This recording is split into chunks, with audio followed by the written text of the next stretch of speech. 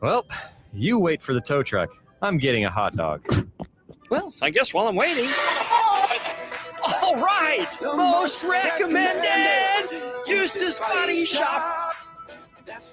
Woohoo! Dude, you should be on American Idol. You really think so? No.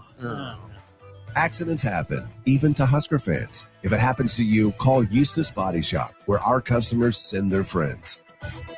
The most recommended Eustace Body Shop. That's who we are. A lot of businesses say they're family focused, but when tough situations in life arise, the business wants anything but your best interests. James Enterprise Incorporated is hiring, and they will always treat their employees like family, just as they do their customers. James Enterprise Incorporated is hiring Class A and B CDL drivers, a shop tech, and a diesel mechanic. If you're looking for a career with a company that goes above and beyond to value you and your family, apply today at jamesenterpriseinc.com or call 402-432-6740. Are you looking for an exciting new way to put your skills to work? Explore new career options in the fintech industry at Currency, a Sandhills global company. We offer full-time positions in financial sales, compliance, operations, and other fields. We also offer a 4.5-day work week, an attractive benefits package, and opportunities for advancement. Put your motivation to work and grow with us at Currency. Visit gocurrency.com/careers to learn more. Anderson Ford in Lincoln has 2 convenient locations, which means 2 times the customer service, 2 times the inventory, and 2 times the ability to get you in the car of your dreams. Whether you visit us on the north side or the south side, you'll find more selection and a team that's always on your side. When you're looking for a better way to buy your next Ford, visit Anderson Ford in Lincoln, where exceptional service meets unbeatable selection. Boxing is back this Saturday with no nonsense at the Complex. The Midwest's best professional boxers will display their best performances with hometown favorites Clyde Godzilla Johnson and Jack Lawless Frericks among the boxers. Get your tickets at thecomplexlincoln.com, where you can live stream the event as well.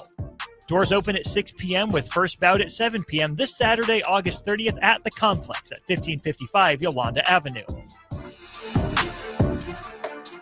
Salt Mine City is your go-to brewery in the Haymarket for craft beers and great food.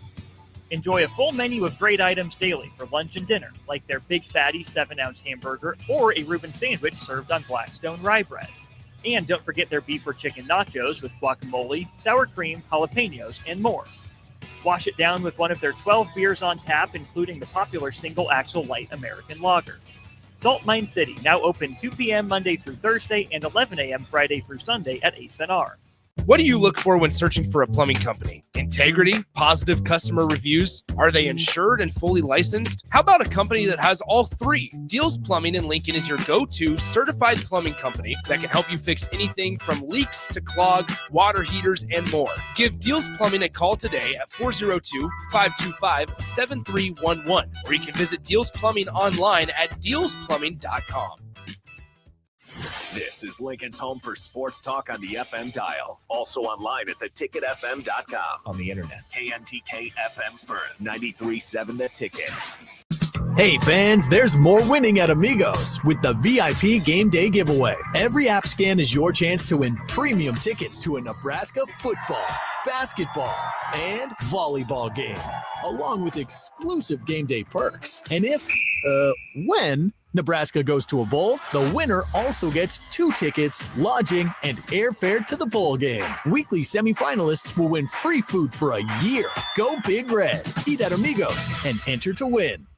Amigos is celebrating 45 years with exclusive Nebraska Legends collectible cups featuring Tom Osborne, John Cook, and some of your favorite Huskers. For every cup sold, 50 cents goes to teammates. Show your Big Red pride by getting all 4 of these collectible cups at Amigos. This is Tom Osborne with the Teammates Mentoring Program. We have students on the waiting list for a mentor, and we want you to join the team. Learn more about mentoring and support teammates by visiting Amigos.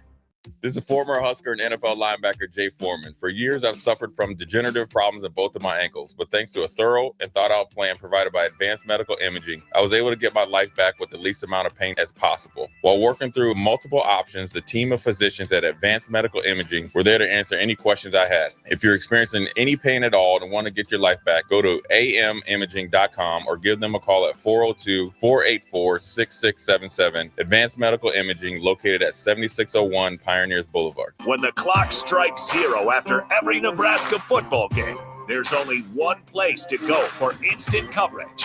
Tune in for the Husker After Party Postgame Show on 93.7 The Ticket for each game, win or lose. Call in with all your takes or text the show at 464-5685 and hear quotes from the players and coaches too. It's the Husker After Party Postgame Show, sponsored by Anderson Ford and Vinny Krikak of State Farm Insurance. You're listening to Bock and the Blackshirt. Terrell Farley. Defending Terrell Farley, who last week in his first start was a holy terror. Number 43. And Jake Bockoven. On air and online at theticketfm.com. Powered by Bauer.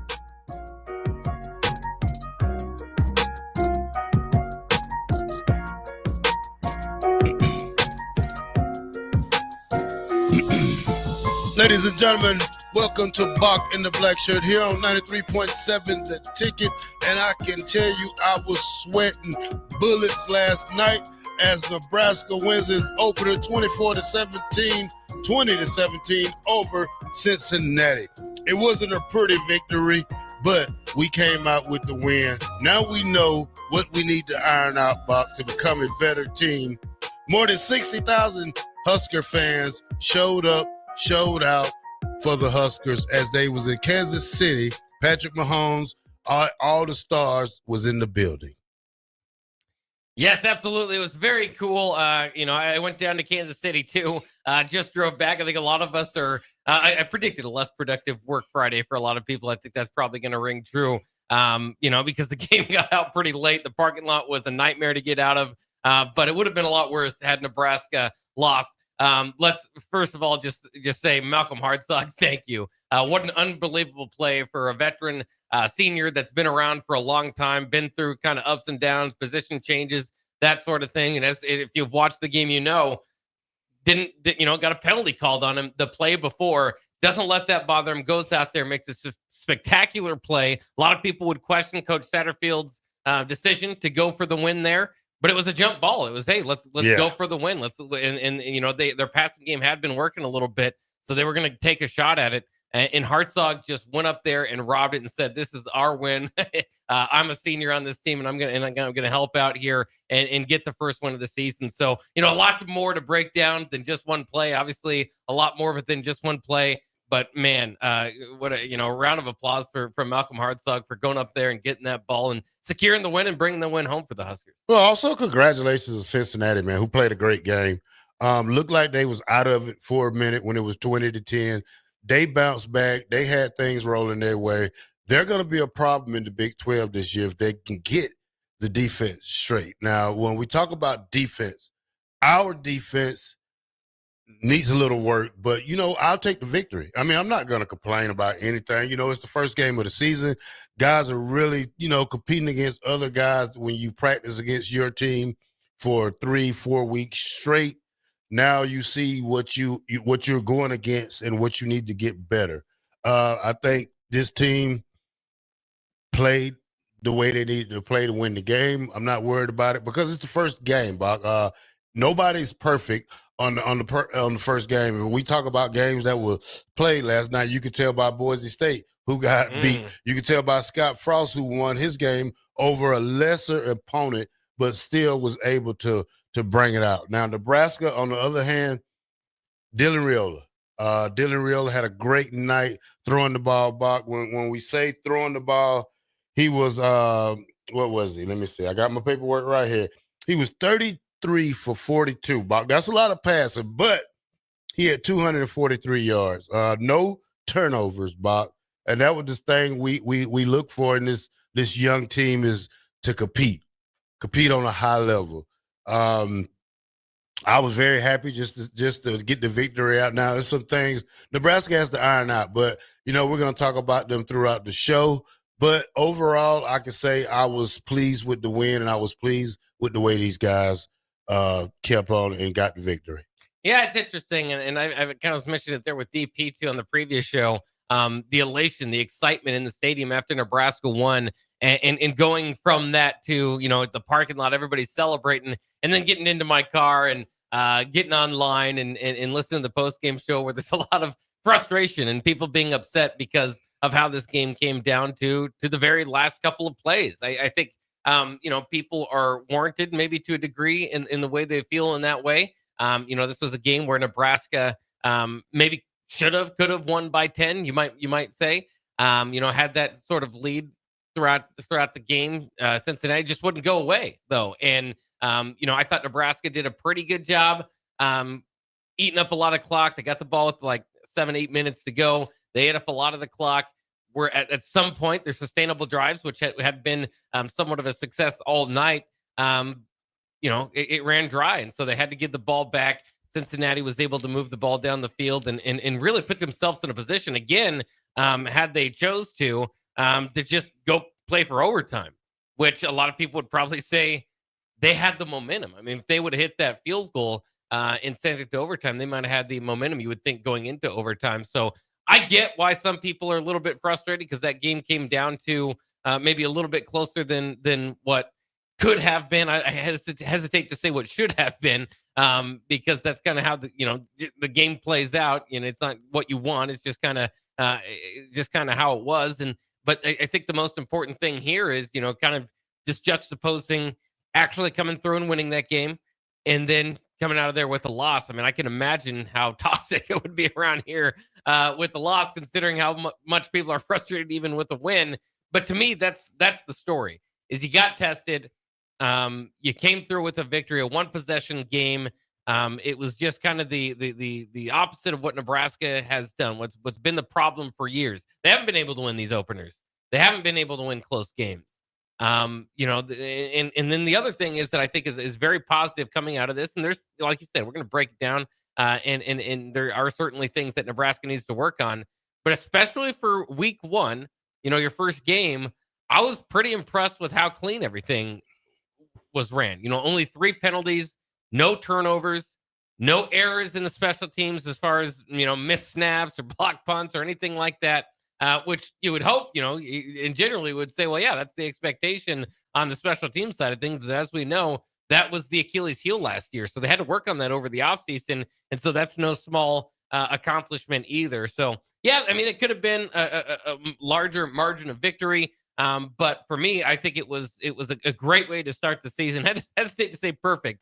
But, the eyes of college football were on Nebraska. In fact, beyond college football. The it couple was in the room, as we know, with Travis Kelce and Taylor Swift. So even when I was walking to my hotel this morning, you're watching kind of news channels, national news channels, kind of say, "Hey, college football is back. Here's a shot of Taylor. Quick shot." Most of the TV time on those news channels goes to Taylor Swift and Travis Kelce. Quick shot of the game, real quick. But Nebraska even getting some recognition nationally for kind of being the spotlight game last night. And then the story is they pulled through. They got through. They got the win. And I thought, for the most part, played some clean football last night.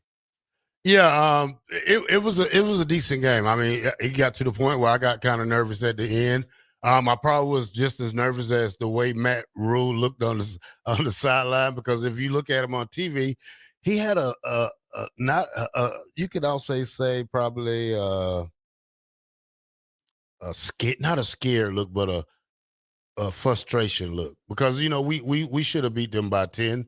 Like we should. Bock, when we talk about, let's start with offense. When we talk about the offense, I think the offense did a great job, and especially in the rushing part. I know we could have did a better job in the rushing. Emmett did most of the work. They had 36 carries, Bock, for 120 yards, 27 yards, 17 yards lost. Average rush 3.1, average per game 110. Now, Emmett did an excellent job. I texted him this morning, got a response from him. I told him, keep working hard, keep running hard. I think Emmett is going to be the focus of the running game. Did have a couple of catches out the backfield, but to have 100 yards in the first game shows that you can give Emmett a lot of, not a lot of credit, but it gives him a lot of confidence to keep running, keep doing his thing. 9 more 100-yard games, Bob. This young man has 1,000. So, just keep up the hard work. And, I think as we talk about running backs, we do need somebody to solidify that second tier running back. I seen Mose run. I seen the other guy run. I think Quinn Niles needs to get himself back into shape, and so we can have that third-yard bully run, that bully guy.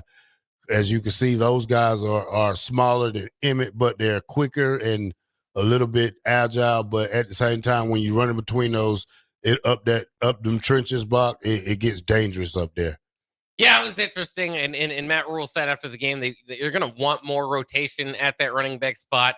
Kind of makes sense. Obviously, game one, still filling it out, rely on the guy. I mean, it was a close game throughout the game. Rely on the guy that and can trust is going to make the right decision. And to your point, Emmett Johnson had a pretty good game. And I would hesitate to say superb because we saw that against Wisconsin, right? We know that what he can kind of look like when he's really on his game. And he was good here. 25 carries, 108 yards, long of 16, still looking to kind of break the big one, right? Which he was a bit of Nebraska's big play threat last year. And I think that's why they targeted him so much. I mean, when you look at his total touches here, he led Nebraska in receptions last night as well with 7 receptions, 27 yards on that. So you kind of combine that. That's 32 touches for Emmett Johnson. And that's probably not sustainable throughout the season, right? So like you said, you're going to need some of those other guys to step up from Mose and Nelson. They each only had 1 carry. I don't think Nelson didn't have a reception. Mose did have 1. So you're talking about 3 touches altogether compared to Emmett Johnson, combined for the backup running backs compared to Emmett Johnson's 32. So again, a little bit unsustainable, but to your point, I'm glad you texted him. I hope everybody lets him know, because sometimes it's not all just about the stats. And again, I think he better had a better statistical game against Wisconsin. But this is his second 100-yard rushing performance in his career. So tip of the cap to him. But the other thing is just his tenacity, his fight. He got shellacked a few times, was able to get back up. He looks the part as far as, kind of the open field moves that he was able to make. Yeah, he didn't break out a big one, but oftentimes he made more out of it than what necessarily was given to him. So I thought Emmett Johnson, in as far as the running game goes, was really good. However, you're going to need probably more out of it altogether. Only 113 yards on the ground for Nebraska. Again, Emmett Johnson with 108 of those. Probably going to want a little bit more than that. That's not that, most teams would be pretty happy to limit Nebraska to, just over 100 yards. Yeah, Bach. Just looking at some of the texts. Here's what I feel like, guys. I'm not gonna be that bad guy today. We still have 11, 12 more games. These guys know what it takes. They know they have to get better. The offensive line has to get better. Defensive line has to get better. Linebackers has to get better. Coaching has to get better. I never seen a perfect first game of the season in a long time in Nebraska, and I think that these guys are trying to work hard. So, we have to give them credit. I mean, we're going to talk about the struggles. We're going to talk about what needs to be done. We're going to talk about how can this team get better. We're going to talk about what do you do when you get into Big Ten play, because these are little kids right here compared to Big Ten play when you talk about the Cincinnatis and the Akrons and the Holy Crosses, or what Houston Christian. Houston Christian. You'll get it right by the time game week comes around. Like I said, Emmett did a great job. We need to solidify number 2 back. I'm not really comfortable with the number 2 backs because they're smaller guys. You need a big bulldozer in there who can really run up there and get them yards, because, even Emmett took some hard hits. Even Ja'Cory Barney took some hard hits. And I thought he was gone the first series of the game, but that kid is tougher than rocks. Now, when we talk about the offensive line, I think they was decent, Bach. I really think they opened up some holes for Emmett. Could do a lot better on pass protection when you talk about Dylan's trying to find the second and third choice after he sees the number 1 is not open. Elijah Pritchard has to do better. Probably going to have to call him this weekend and go jack him up or something. big kid, knows the game, needs to just be patient. Not really gonna dog the big man out because I seen somebody on Facebook do it earlier, and I had to get on to him. I said, hey, I know this guy is from my hometown, but at the same time, I could talk about him too, but I won't talk about him in the way that some people talked about him, because everybody makes mistakes. He's new to Nebraska, different blocking scheme than Alabama had. I think the other guys did good. Lindemeyer, what a great effort he had out there. You know, I didn't see a lot of Carter Nelson. I watched the whole game, Bach. So when we talk about this team, this offense right now, it's a work in progress. I mean, when you look at the receivers, Bach, they did a great job of catching the ball. We need more downfield threat. Short passes, Dylan Riola, most of his passes, I don't think 2 or 3 probably over 20 yards. We relied on the short gain and let the guys figure it out and try to get the first down. Dylan needs to, he almost threw that pick 6. So, but things like that happen in games. I think this team is right now. We're not that 10-2 team that people think we are. But, I know it's the first game, but we got a long way to go. So people just need to know that. I mean, I think Matt Rule knows that. I think all the coaches know that. I think when we look at this game, we look back at this game, is that we did what we had to do to win. Well, and I think that's where you kind of see maybe a separation between some fans being incredibly happy, just elated to get a win and start the season off 1-0, and then some other fans a little bit upset about what the product might have looked like. Maybe 20, to your point, we're kind of breaking down the offense, 20 points per game. Probably not going to win 8-9 games, with 20 points per game. But and I think that's kind of the difference again is the expectation that you come in with. Now, to be fair, Matt Rule, Dylan Riola, I mean, they're talking all offseason that this is the year, this is the jump, national champion expectation, all that sort of stuff, aiming for the playoffs, and that's what they should do. But I think some fans maybe took that as, okay, the nation doesn't know, but this is a top 10 team. They're going to have to work their way to that. I think you don't go a decade without making a bowl game.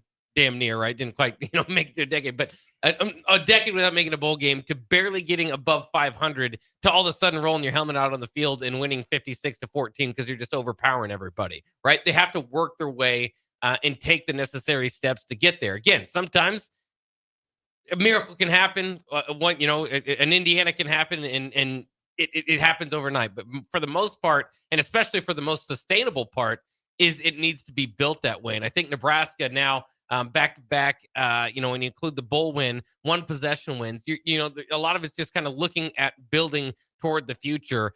So it's interesting. Might that performance probably not beat Penn State? Yeah, not yet, but they're not playing Penn State. They're going to, again, build toward that. And then the other thing, too, is keep in mind, a loss isn't the end of the world like it used to be in college football. A loss actually, you can sustain 1 or 2 of those and still make the playoffs and still fight for a championship. So this kind of, be as high as you are, if they win, and then, go, kick them while they're down if they lose. I don't know if I would necessarily go that route either. So, I mean, all those things, again, partially is, to me, just kind of what are the expectations. The expectations in general for Nebraska, probably around an 8-win football team. That's what we see in the top 25 polls. There are 30, somewhere other receiving votes. If people expected to win 9, they'd be in the top 25. So I think they're kind of in that 8-win territory. They look like a team that probably could get that. And if they improve, to do better than that. Now, to Elijah Pritchett, because I think that's a very important note that you made, and I'm glad that you're sticking up for him too, because I want to do it as well. In this world of NIL, I understand why people are going to try to follow the money and see who gets paid the most and look at, immediately evaluate their performance. Pritchett was pretty visibly upset, I watched his body language from the game, both in both mistakes, right? He made a few mistakes last night. One cost Nebraska 4 points with the false start, at the 1-yard line. Looked like they were going to punch it in. They ended up not capitalizing and having to take a field goal. The other was the late sack. Again, kind of threw off that final drive that they were kind of sustaining that maybe could have, finished the game and given, choked Cincinnati out of any time left.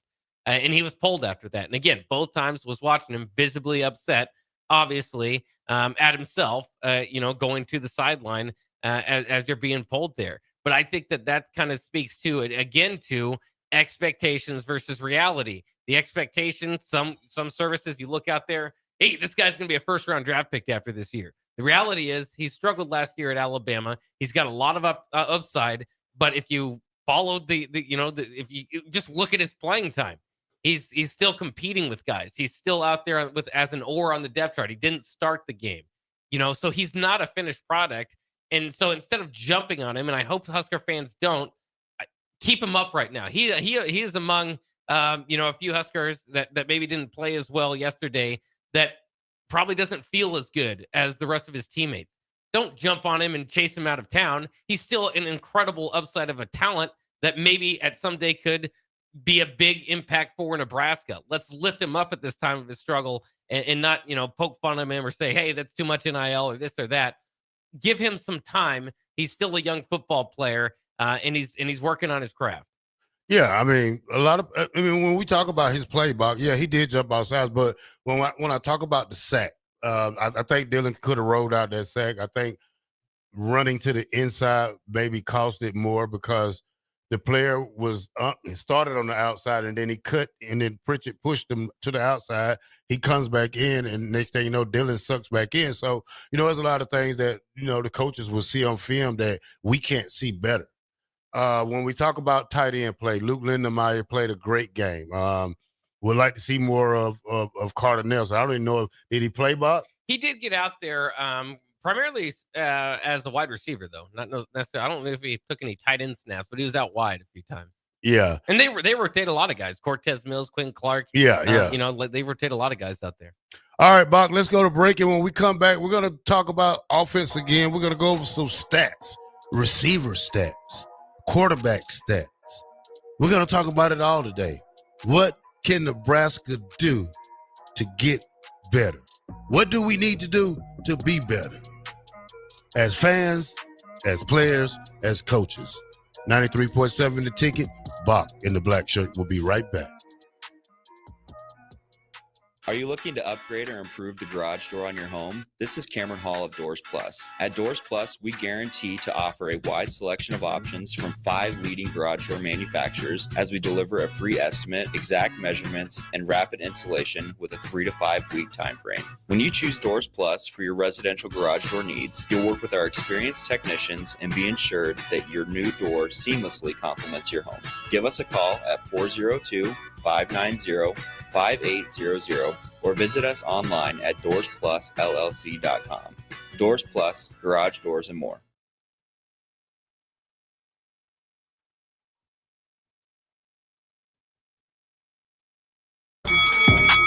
Boxing is back this Saturday with no nonsense at the Complex. The Midwest's best professional boxers will display their best performances with hometown favorites Clyde Godzilla Johnson and Jack Lawless Frericks among the boxers. Get your tickets at thecomplexlincoln.com where you can live stream the event as well. Doors open at 6 p.m. with first bout at 7 p.m. this Saturday, August 30th at the Complex at 1555 Yolanda Avenue. Anderson Ford in Lincoln has 2 convenient locations, which means 2 times the customer service, 2 times the inventory, and 2 times the ability to get you in the car of your dreams. Whether you visit us on the north side or the south side, you'll find more selection and a team that's always on your side. When you're looking for a better way to buy your next Ford, visit Anderson Ford in Lincoln, where exceptional service meets unbeatable selection. Hi, Sean Callahan here for Koppel Chevrolet GMC. This month kicks off Koppel's 50th anniversary sale. We're celebrating 50 years by offering an additional $500 discount to the next 100 customers that buy a new vehicle. This is in addition to the huge savings already in place. You can take an extra $500 off our discounted price, or we can cut you a check on the spot. Celebrate with savings and see why customers have trusted Koppel since 1975. It's our way of saying thank you for all these years. Are you looking for an exciting new way to put your skills to work? Explore new career options in the fintech industry at Currency, a Sandhills global company. We offer full-time positions in financial sales, compliance, operations, and other fields. We also offer a 4.5-day work week, an attractive benefits package, and opportunities for advancement. put your motivation to work and grow with us at Currency. Visit gocurrency.com/careers to learn more. What do you look for when searching for a plumbing company? Integrity, positive customer reviews? Are they insured and fully licensed? How about a company that has all three? Deals Plumbing in Lincoln is your go-to certified plumbing company that can help you fix anything from leaks to clogs, water heaters, and more. Give Deals Plumbing a call today at 402-525-7311, or you can visit Deals Plumbing online at dealsplumbing.com.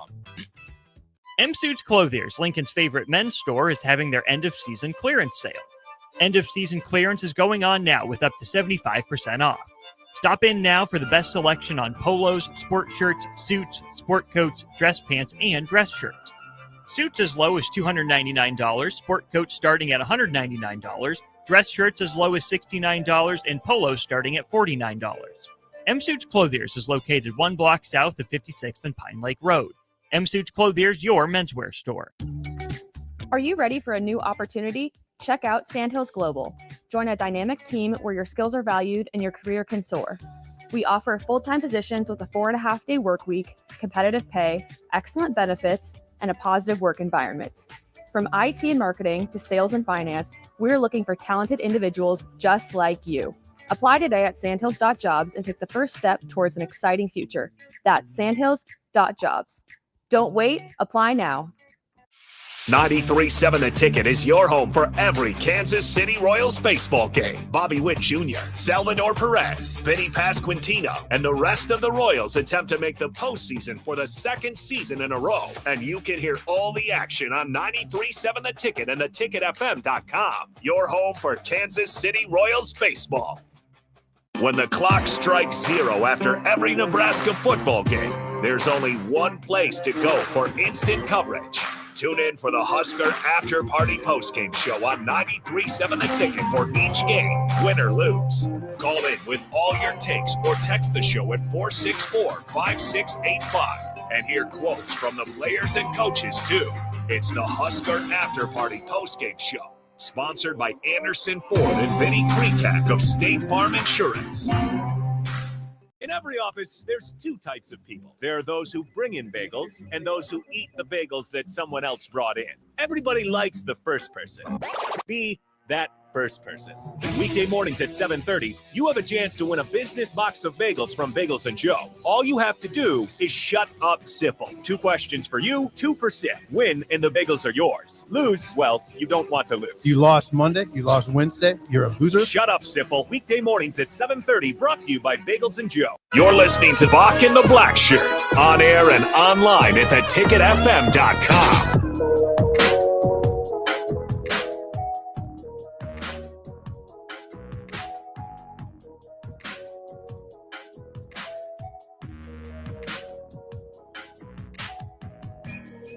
Welcome back to Bock The Blackshirt here on 93.7 The Ticket. We are on from 1 to 3 Monday through Friday, Bock.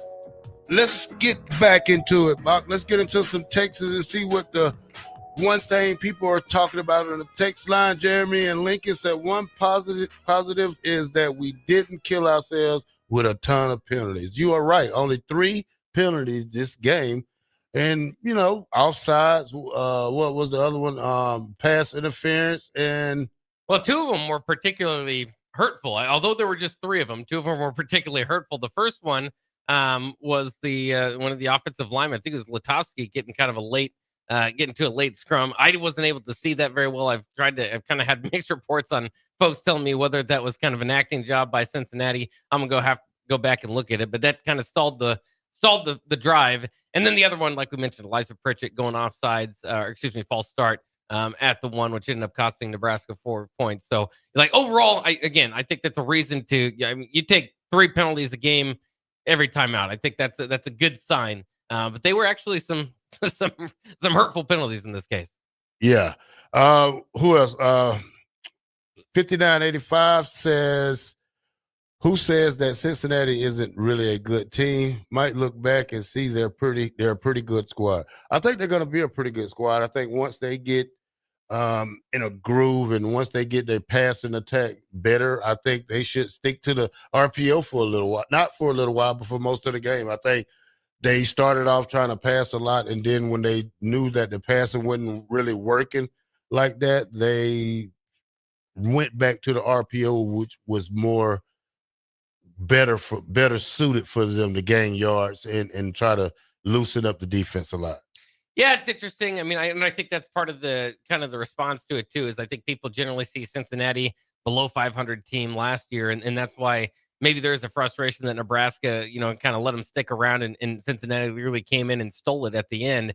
And I think again, I think that's the majority of the frustration. Nebraska had the ball 2/3 of the game. I mean, they pretty much have the advantage in almost every category except for rushing. And Nebraska did pretty good at holding Cincinnati down in the first half to 61 yards on 12 carries. Second half, things change. Of course, those final two drives, especially 141 yards on 17 carries in the second half. That's good for more than 8 yards a pop. So that's kind of where things kind of started to go off. After watching one game of Cincinnati, they've got some fight to them. So at least you credit for that. I think they're going to be scraping by. I mean, to try to get to a bowl game. And so we'll see. But Sorsby's fun. So he'll be kind of fun to watch. But they got to keep him healthy. I mean, if you take Sorsby out of the equation, then Cincinnati thinks going to be in a lot of trouble. And we saw a few quarterbacks go down yesterday. Even the first Thursday of college football kind of opening up. Oklahoma State, Zane Flores has the kind of the door open to him. Entered as a co-starter. The guy he was kind of competing against went down. Is going to be out 4 to 5 weeks. You look over at Billy Edwards from Wisconsin, who, man, they've got a difficult schedule. They came out with a win last night, but at what cost? We'll see how banged up Billy Edwards is. So, it's kind of funny as we go through this too. There are some other teams already one game into the season worried about their quarterback health. So thankfully Nebraska and Cincinnati got through unscathed in that case. Ohio Huskers said, yeah, but like 60 of those yards were one run by the quarterback. They gained 202 yards on 30 carries, 6.7 yards a carry. And it wasn't quite 60. The long of the night for Sorsby was 29, but that one with the middle of the field open, the way that he got out there, it felt like 60, didn't it? Yeah. And I think they were just, that whole drive was, they just got chunk yardage. Yeah. Eric says, don't sugarcoat it, Farley. Culligan J says, I feel like you guys have a much better point of view and perspective than the last show. Nobody is mad that we won. We just all thought it should have been by 10 and really didn't we really didn't close it out like we should. We should have and very could have lost the game if not for that clutch interception. Obviously it was a close game. It didn't go the way we wanted to, but we can't be those type of people trying to be negative most of the time. I think we done had 10 years of negative football. If we want to be a positive team, we got to think positive. I think that these kids deserve it. I think Matt Rule's third year is probably, like they say, it's his most important year, but this team has a long way to go. It has a long way to go to be that Baylor, to be that 11-3 Baylor. It has a long way to go to be that 10-2 Temple team. But, like I said, these guys have a long way to go. And hopefully we practice better, we do better. I think they understand what it takes to win. I think they know what it takes to be a better team. You have to practice better. You have to run to the ball better. It's a lot of things you have to do better. You got to, the little things you do at practice if guy jumps outside at practice, 20 push-ups, make him run a lap, break him run the stairs. Punish. I know Matt Rule loves his guys, but, sometimes tough love is the best love. Well, and that was part of the deal that was kind of interesting too. And I saw a text about it the other day. Kind of talking about going back to Anthony Grant, who was fumbling in practice, and then they kind of had him out there on a big drive, and obviously that cost Nebraska the game. A couple of years ago against Minnesota, and it's kind of a similar thing with Pritchett. It was kind of interesting, is that he had that false start. And then the most important drive of the game, at least the drive that could have closed the game out, he was rotating a tackle in that. And so they stuck with him. It lets you know the belief that they have in him. Of course, once he gave up the sack, they pulled him. And by then, the drive was stalled. So it was going to be tough to pick up 3rd and 17 or whatever it was. But kind of interesting that Matt Rule's kind of sticking with his guys even through that. Now, you could say, those are just two examples that kind of come to mind. But in one way you could say, well, that might be a problem and something that needs to be addressed. Or you could say it's good to see a coach stick by his guys, especially a guy in Pritchett that, as I mentioned earlier, has a lot of upside and a lot of, despite projections of him leaving early for the NFL draft, doesn't look like he's close to that right now, but he has potential. And so, want to stick with him, keep his confidence up. And, you're better on the team with him rotating in there at some point, or at least down the line, you'll hope to be. So it's interesting to kind of break it down and kind of say, like, so far as we've kind of seen it, even through some struggles, Matt Rule has stuck by his guys and trying to get them to fight through it. And as a team overall, they did so. And so again, it's a crazy analysis, kind of going back to another text here from Mr. Cubs say, we will take the win, but it's clear this isn't a good Husker team. Big time trouble along the defensive line and linebackers. And I would fight against it. I wouldn't say it's clear that it's not a good Husker football team. I thought that there was a lot of improvement that was shown from problems from last season that kind of, were kind of the big offseason questions. Now, some of those biggest ones might have been on the offensive line and on the defensive line. I said that all offseason. That's the biggest question for this team. Coming out of game one, my biggest questions, the offensive line and the defensive line. So, on each side of the ball. So you still got some things to overcome, but it's game one, and let alone, every team, almost every team. That's what makes, as we see the GOAT with the 1995 on it, for you, Terrell, on your shirt here. That's what made you guys so good, was you just kind of beat everybody pretty soundly. But even the greatest team of all time, the 1995 Huskers, kind of had a close game with Washington State that maybe people would have felt you could have won by more. And certainly with the results of the rest of the year, maybe was probably not the best game that you guys played. So you got to remember, football's a long season, especially week one. You're kind of working out some kinks. And in Nebraska, hopefully we'll be able to adjust. And the good thing is the schedule was kind of built, in a way for Nebraska to hopefully get a win. However you want to say it, eke out a win, whatever. They were favored in this game, so whatever you want to say. But get the win one way or the other against Cincinnati. They did. Now you've got 2 weeks where you should ideally be able to kind of work on the things that you struggled against and prepare for Michigan. I don't want to count Akron and Houston Christian as victories, but if you lose those games, obviously we've got much bigger things to talk about than what went right or wrong in a Husker 3-point victory over Cincinnati. So those things hopefully can be ironed out. It's one of those things too that sometimes your flaws are your flaws. There's not enough work that can be done from week to week. You might have some flaws in there that you're going to have to game plan around. And almost every team has flaws. There's very rarely a team that is perfect all the way around. In the game plan isn't, attacking their flaws. So yes, there might be some problems for Nebraska. But again, the most important thing is they came through with a victory. And this was a game, again, by the way, too, 6.5 point spread. Nebraska didn't quite cover, but that lets you know going into the game, it's not like Nebraska was favored by 14 and won by 3. They were favored by 1 possession and won by 1 possession. Yeah, I mean, it's a football game, Bock. It's going to be mistakes in the early beginning of the season. So you have to take it as they come. And the only thing you have to do is work on them. I mean, if you work on something, you always get better at it. It's like me doing the radio. I worked at it for the last 3 years. Hey, now look at us. We're doing our thing. I'm getting better. You're getting better. So, practice makes perfect for everything. 1562 says, all I keep hearing today is how excited we should be about a win. But in reality, this was the same product we watched on the field for the last decade. Yay for them. They backed up. They were to win. But there was one bad play by their quarterback from being just another loss.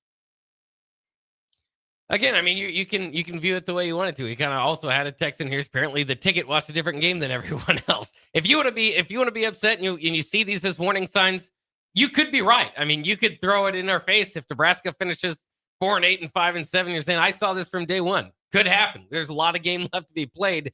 I choose to look at kind of the optimistic side, and then I also say, I think there's a play here and there that always can swing a game, especially a close game. That's going to happen. But I still think that there were things that would give me reason to believe this team has improved. 0 turnovers. That's not something we've seen for the last decade. Nebraska's lost a lot of games losing the turnover battle over and over again. Again, 3 penalties. Some of them that were particularly, you can memorize, but still 3 penalties. If Nebraska averages 3 penalties all year, I think you're in a pretty good position, at least to not beat yourself. And all Nebraska has done in the last 10 years is beat themselves. So maybe I did watch a different game than you, but again, some of the statistics would back me up on it. There were things that improved. Another thing, there was, and maybe this again should be accepted or expected, but coming from a season where your absolute Achilles heel was special teams, there was no real gigantic problem on special teams this game. Again, that's not the goal. Is every game to go, hey, there wasn't a gigantic problem. But again, from the first game, from where the last game, even the bowl game, they had problems in special teams getting things blocked. They did pretty well. You hit a 50, a career long for your new kicker. Your punter punted for the first time and had 3 down inside the 10 or close to it. I think there are a lot of positives to take away, despite, again, to me, it's the fact that Cincinnati scored late, and again, having an opportunity maybe to force that thing to go into overtime. I get that, but if Nebraska had won by 10, would everybody be happy? I think so. They might, I don't think they so. 2280 says apparently the ticket watched a different game than everyone else.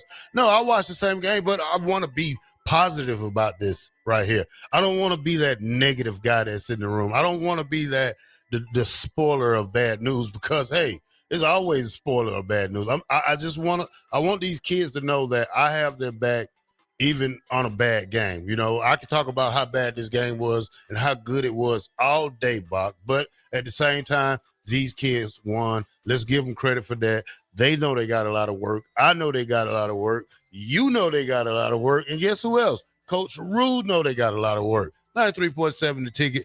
Bock the Blackshirt. We'll be right back.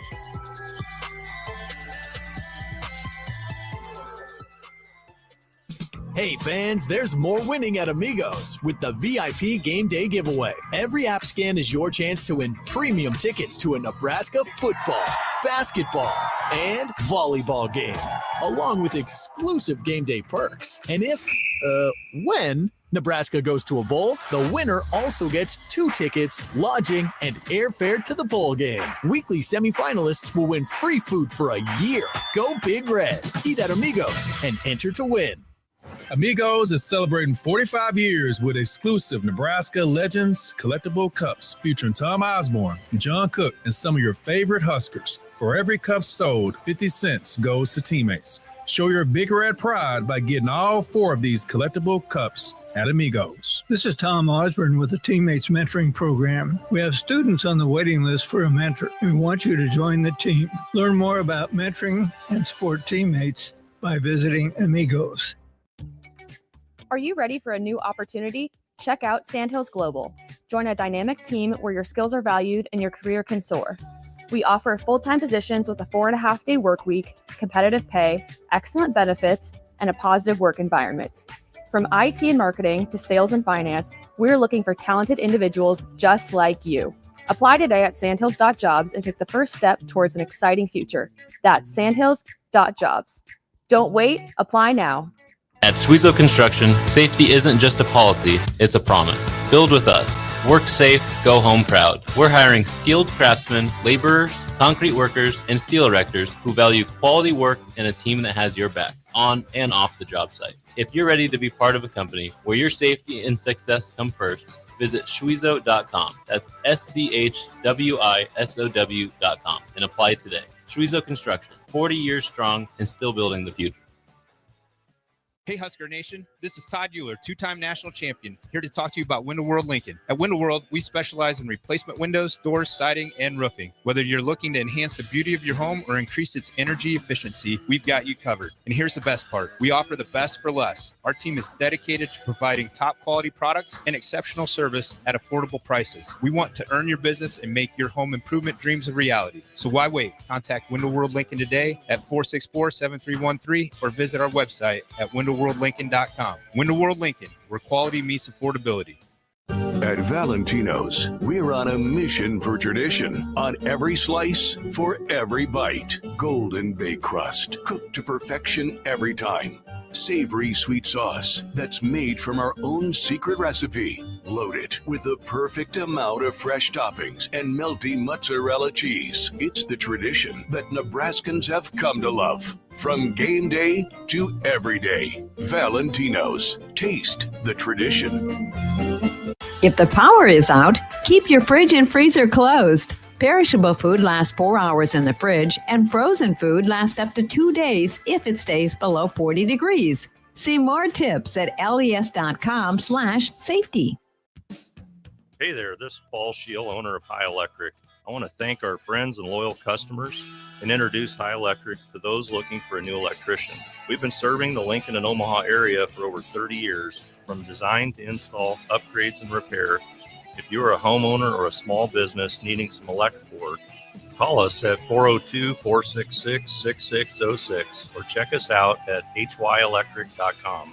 We look forward to hearing from you. 93.7 The Ticket, Fox, KFXL weather. Brought to you by Bryant Air Conditioning, Heating, Electrical, and Plumbing. The Lincoln forecast for today, patchy fog this morning. Otherwise, we'll see partly sunny skies with light winds. An afternoon high around 82. Tonight, a slight chance of showers and storms. Otherwise, partly cloudy skies, a low around 63. And tomorrow, showers and thunderstorms likely throughout the day. The high near 76. I'm meteorologist Kyle Fletcher for 93.7 The Ticket, ticketfm.com. No cravings, no hunger pains, no struggle. Thanks to GLP-1s from Limitless Mayo, weight loss is possible. Picture this. Your clothes fit better, your energy's up, your doctor's impressed, and your friends start noticing. Limitless Mayo's GLP-1 program is medically monitored and changing men's lives. There's no better time than now to get on board. Lose the weight, better your health, gain your confidence without being hungry. Free consult at limitlessmail.com. Are you tired of living in pain? At Prairie Orthopedic and Plastic Surgery, they make it simple. From head to toe, spine to extremities, they've got you covered. Their multi-specialty team of experts in orthopedic surgery, plastic surgery, podiatry, physical therapy, and occupational therapy all work under one roof to get you back to living life pain-free. Don't wait another day. Visit prairie-ortho.com today or call them at 402-489-4700.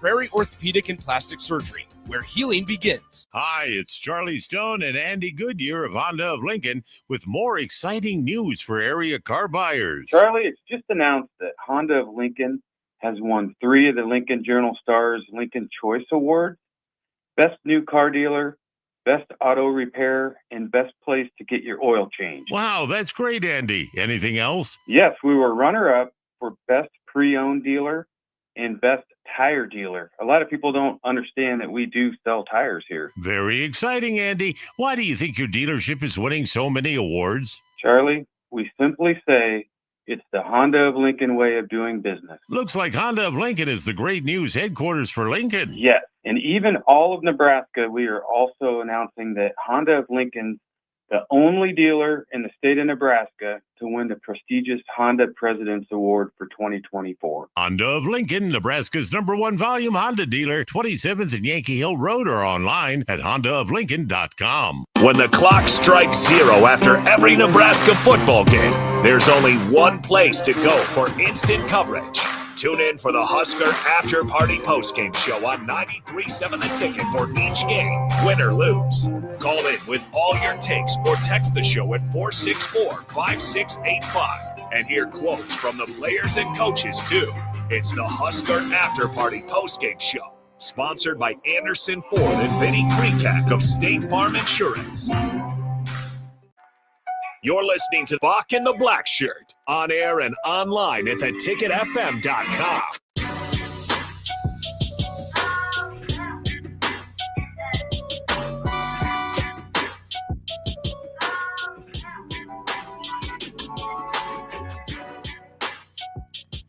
Welcome back to Bock the Blackshirt here on 93.7 The Ticket. Man, I don't know what they want, Bock. I mean, I want to talk football, but I guess they want me to talk it the wrong way.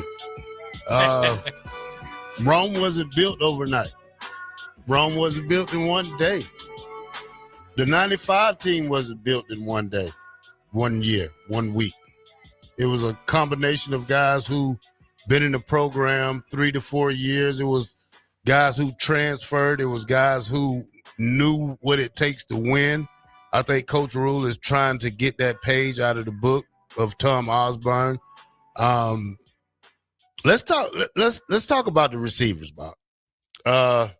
Receiving yards. Let's see who led the way. Emmett Johnson had 7 for 27. Dane Key had 6 for 51. Nazir Hunter had 6 for 65. Lyndon Meyer had 5 for 47. Barney had 5 for 27. Bonner had 1 for 4. Clark had 1 for 4. Cortez Mills Jr. had 1 for 13. And Isaiah Mose had 1 for 2 yards. Altogether, 33 receptions for 243 yards.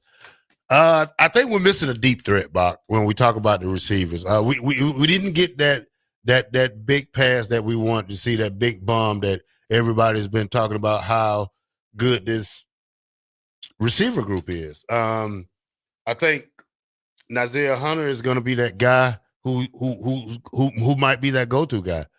When I say that, the passes he caught and some of the passes that he caught was good passes. Now, Ja'Cory Barney kind of scared me at the beginning because he got crunched up, and I probably thought he was done. Dane Key made some great catches. Would love to see him go vertical some and just open up the offense. I know it was the first game, jitters for the offense and Riola, especially playing in front of Patrick Mahomes. So, and Taylor Swift, he's out there. It's a good group of receivers. I mean, they have to be better than the receiving group we had last year. I haven't seen that yet. I wouldn't say that because that first game last year, we seen guys like Banks go deep. We seen Nazir Hunter catch the deep ball and escape the defensive back. We didn't see that this game. I see Dylan Riola threw the ball 40-something times, Bach, and only had 243 yards. But at the same time, we won the game. We won the game. Yeah. And I think that, it's the first game. You scrimmage yourselves for 3-4 weeks, and then when you go against an opponent, things are not going to go your way. I mean, you have no film based off transfer portals now. I mean, you have to play a guessing game. And then when you look at it, I mean, he threw the ball to almost 10 different receivers. Yeah. I mean, I think that's a good part. What do you say, Bob? Yeah, 33 of 42 for Dylan Arella, 243 yards, like you said, 2 touchdowns, 0 interceptions. So that's a big deal there. 5.8 yards per attempt, and that led to 7.4 yards per catch. Now, to your point, it's nice to kind of talk about sustainable drives, which Nebraska was able to do, a few times. Obviously, there are 2 touchdowns, also 2 field goals here. So that's 4 scoring drives that they had. But the big play was kind of missing. Now, part of that's by design if you're Cincinnati. They were playing 3 deep safeties in zone coverage for much of the night, and that's kind of part of their thing is that we're going to not get beat deep. You're going to have to dink and dunk underneath to kind of move the ball downfield on us. And that's what Nebraska did. So they kind of took what was there. The one chance I think they had at a big play was kind of a somewhat more of a jump ball. A jump ball that Isaiah Hunter had to go up again. It was a 24-yarder. If he was able to keep his feet, and he had to jump, it wasn't his fault. But if he was able to keep his feet, his defender fell down. He could have taken it to the house.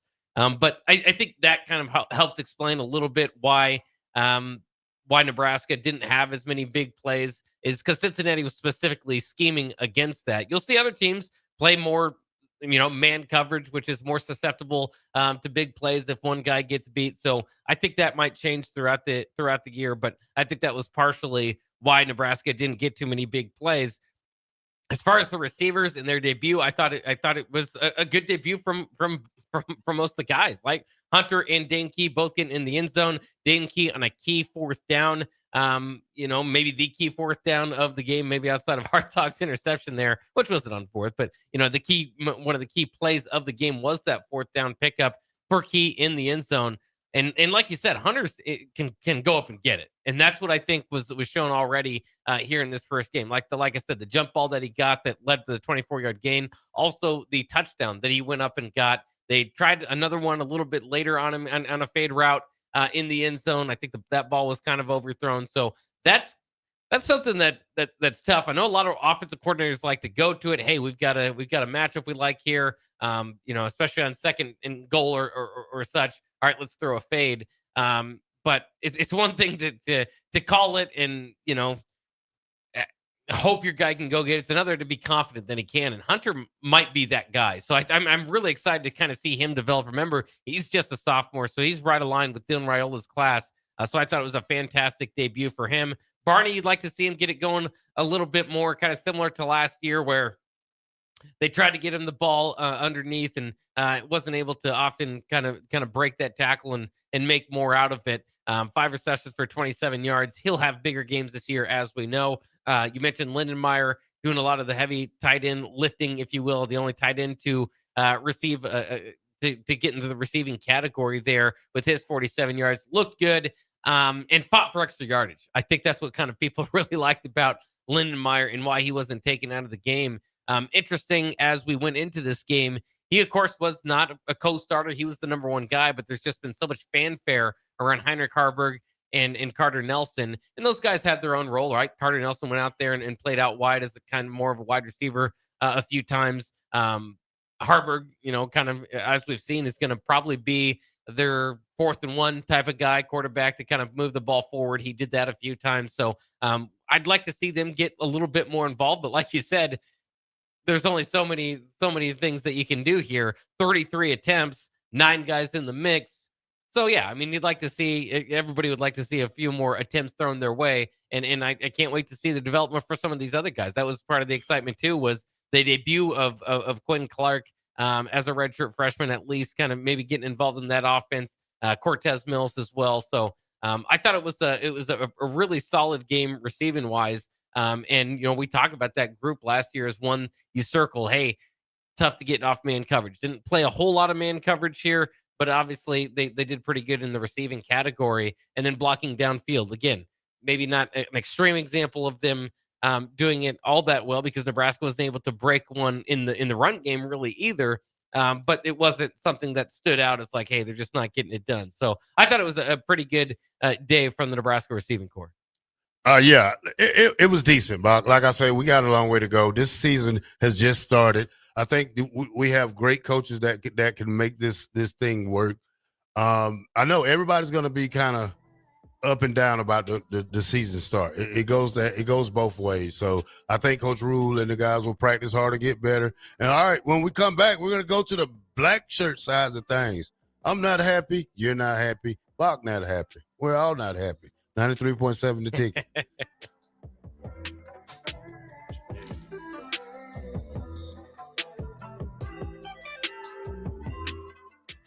This is Lincoln's home for sports talk on the FM dial. Also online at theticketfm.com. On the internet. KNTK FM Firth, 93.7 The Ticket. No cravings, no hunger pains, no struggle. Thanks to GLP-1s from Limitless Mail, weight loss is possible. Picture this. Your clothes fit better, your energy's up, your doctor's impressed, and your friends start noticing. Limitless Mail's GLP-1 program is medically monitored and changing men's lives. There's no better time than now to get on board. Lose the weight, better your health, gain your confidence without being hungry. Free consult at limitlessmail.com. Big news, Nebraska. Love Omaha is now Love Nebraska. This is more than just a new name. It's a tribute to what Nebraska represents in the world of volleyball. It's still the same team with the same mission, led by players you know and love. Now backed by a new ownership group led by Jordan Larson. As Love Nebraska, they're entering an exciting new chapter, pushing for a championship title in 2026 and building new opportunities for the next generation of players across the state. They want you with them. Let's show the world how Nebraska plays volleyball. Join the movement at lovneb.com and sign up to become a Love Nebraska Insider today. At Valentino's, we're on a mission for tradition. On every slice, for every bite. Golden baked crust, cooked to perfection every time. Savory sweet sauce that's made from our own secret recipe. Load it with the perfect amount of fresh toppings and melty mozzarella cheese. It's the tradition that Nebraskans have come to love. From game day to every day. Valentino's. Taste the tradition. Rico here with HIS Auto Care at 70th and Van Dorn, letting you know HIS is a great place to bring your vehicle for service. With superior service bumper to bumper, we'll treat your vehicle like it's your mother's. Doesn't get any better than that. So call 402-488-8934 and HIS Auto will make you glad you did. 5% off, mention this ad, and for sure your mother will be proud you called. 402-488-8934, HIS Auto Care, 7th and Van Dorn. God bless you.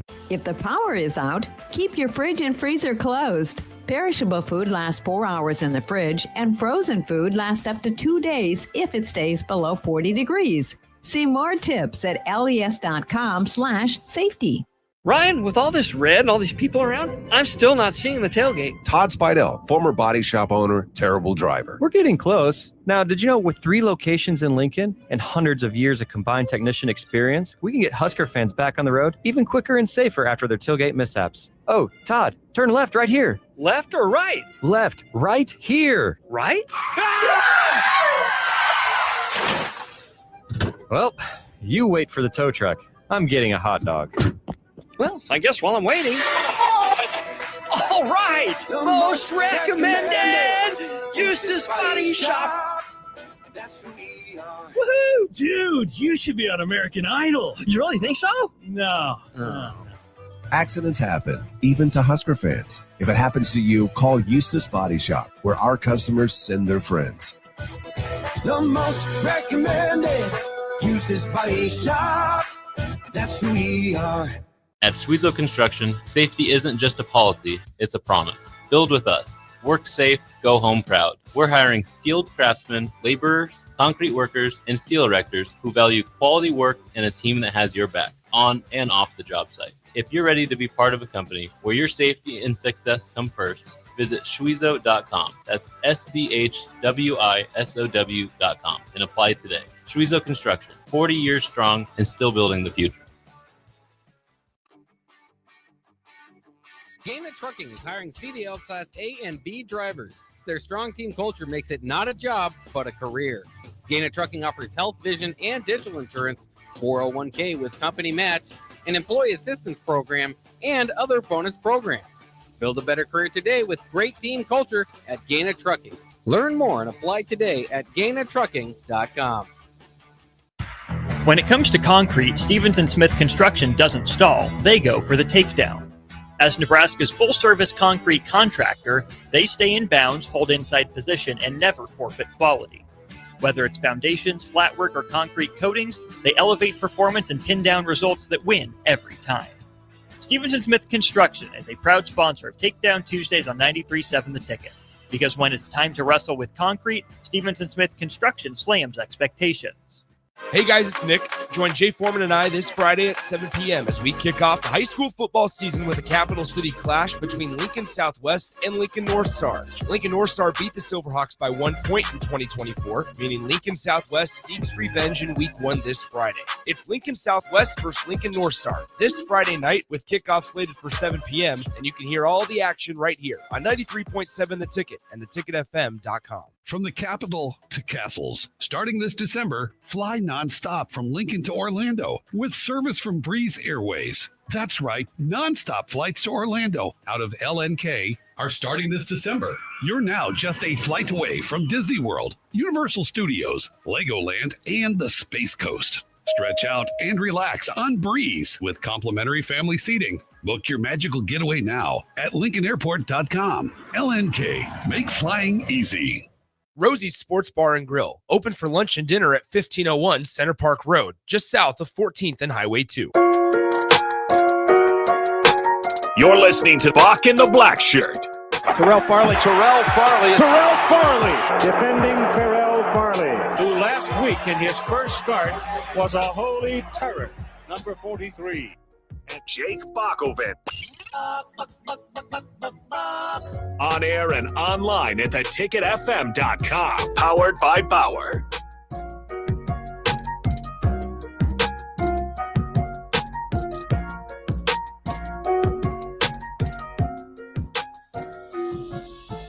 Welcome back to Bock the Blackshirt here on 93.7 The Ticket. We are on from 1 to 3 Monday through Friday, and we are powered by Bauer, infrastructure, Bauer, underground, Brett, excavating. Oh, Devin asked about any updates on Bonner.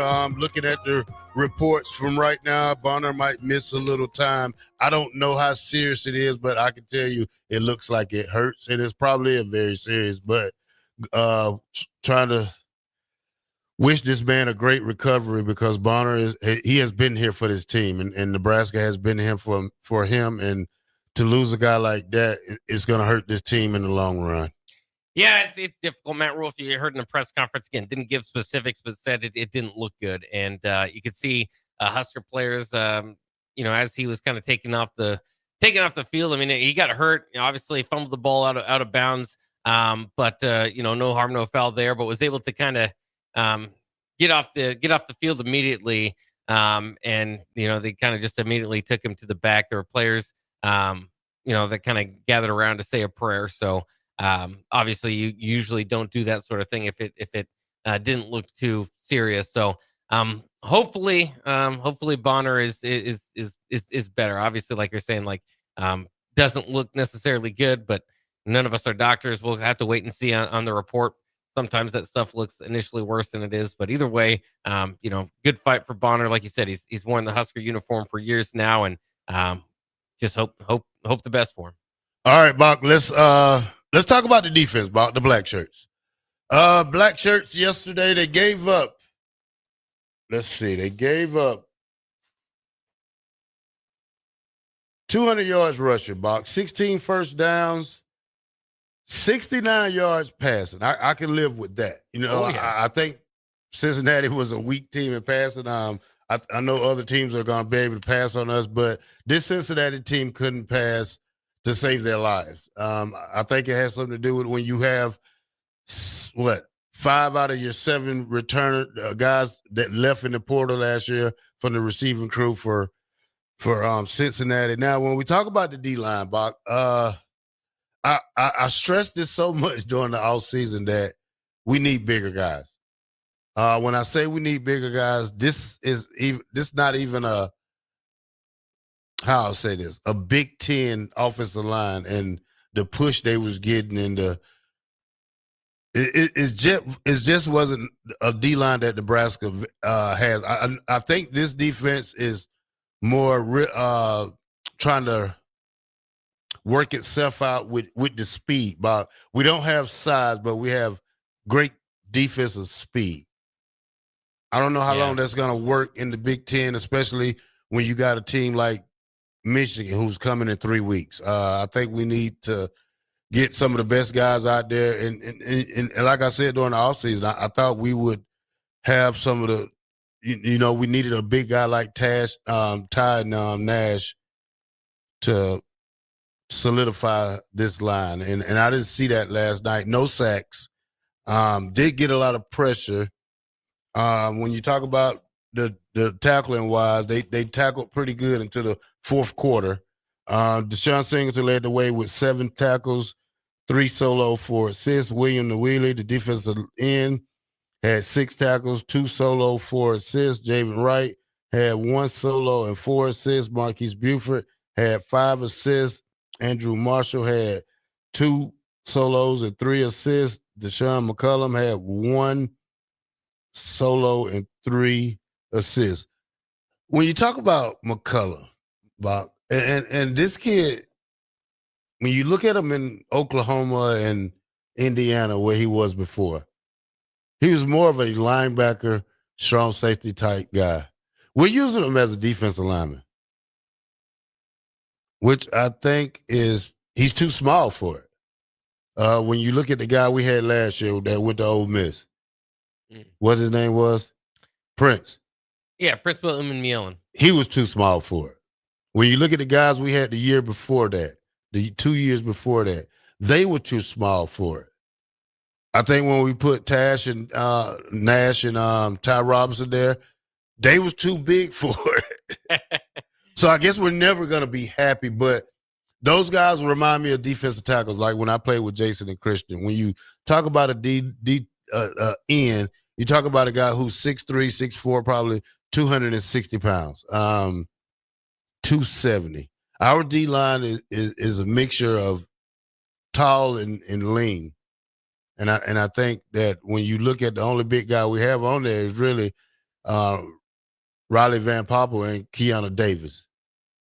Yeah, it's interesting. And of course, Deshaun McCullough kind of playing that jack linebacker position, which can sometimes, put his hand in the dirt and kind of be that defensive end, if you will. But I didn't have the greatest debut in his returning member from Kansas City, Kansas. So good kind of homecoming for him to win. I don't want to say it was poor or anything. He did get that pass deflection late. But there was a lot of hype on him this offseason, a lot of hype around Nebraska's edge rushers. And to finish this game kind of with 0 sacks, did get a little bit of pressure here and there, but hopefully that improves obviously on the year and they can kind of start to get at it. Of course, I don't necessarily see that as the big problem from last night, obviously, because Nebraska on passing plays, whether they got pressure or not, passing game didn't hurt them all that much. If they hold every team they play to 69 yards passing, Nebraska's going to be pretty darn good by the end of the year. So you got to give them a tip of the cap to that. By the way, 2.8 yards per attempt for Brendan Sorsby. So that was fantastic. Of course, he hurt Nebraska when they did get kind of pressure on him as he was able to evade the rush and then get out of the pocket and get some yards downfield. Again, 13 completions for him. Also had 13 carries, and he had more yards on his carries than he did completions. So it kind of lets you know where the attack was. Did kind of get something going with Cyrus Allen late, but that was I think partially due to Nebraska's prevent defense going on a little bit there. Joe Royer, we got as much as we are, maybe picking apart what Nebraska didn't do well. Joe Royer was an all Big 12 tight end last year. He had 3 receptions for 11 yards. That's a big boy. Number 11. Shut him out of the game. Yeah. Yeah, he's a big boy. Pretty much shut him out of the game. So that was a positive for Nebraska yesterday as well. Obviously, the problem when you look at the defensive line was that running game. And again, a lot of this was, if you can kind of break it down by half, it was those last 2 possessions. So I guess the hope would be, a mix between kind of prevent defense, not, base defense giving up so many of that yards, as well as, I don't know if you would hope that they were kind of tired near the end, but that's when they started to give up more yards than before. So maybe a little bit of a conditioning thing. Maybe that improves throughout the season and they can finish these games a little bit better. But those last couple possessions is where Cincinnati really put a dent in Nebraska in the rushing yards category. And that's where you say it. Again, if you go with total yards, holding anybody over 300 yards, that's a pretty good day. And Cincinnati only had 271 yards. And you get an A+ in the pass defense category. But giving up 202 yards on the ground, that can be a recipe for disaster. And that's why, I think that's far and away the primary reason why those who are not happy with the performance are not happy with the performance. Well, when you talk about my concern is for the front 7.